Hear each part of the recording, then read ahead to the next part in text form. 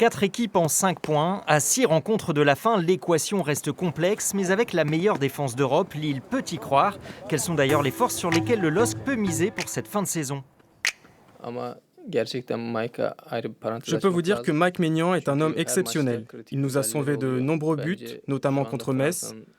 Avec Mike, nous avons un gardien qui, pour moi, est un des meilleurs de France aujourd'hui. Et nous, la défense, nous faisons le maximum pour éviter ces situations de but. Mais derrière, quand on a une personne comme Mike, ça nous met en confiance. C'est une très bonne chose pour l'équipe. A l'inverse, de quelle faiblesse les Dogs doivent-ils se méfier afin de s'éviter une cruelle désillusion? Ces derniers temps, sur notre animation offensive.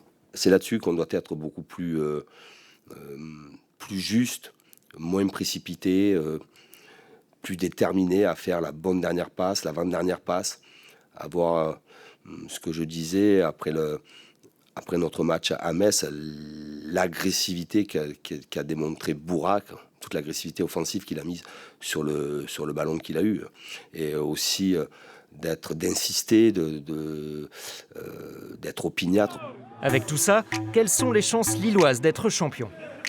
Si le Paris Saint-Germain est à 100%, le Paris Saint-Germain doit être champion. Après, attention à Monaco qui revient de très très loin. Mais Lille a aussi une force, c'est que cette équipe n'a jamais perdu le moindre match face à ses concurrents directs.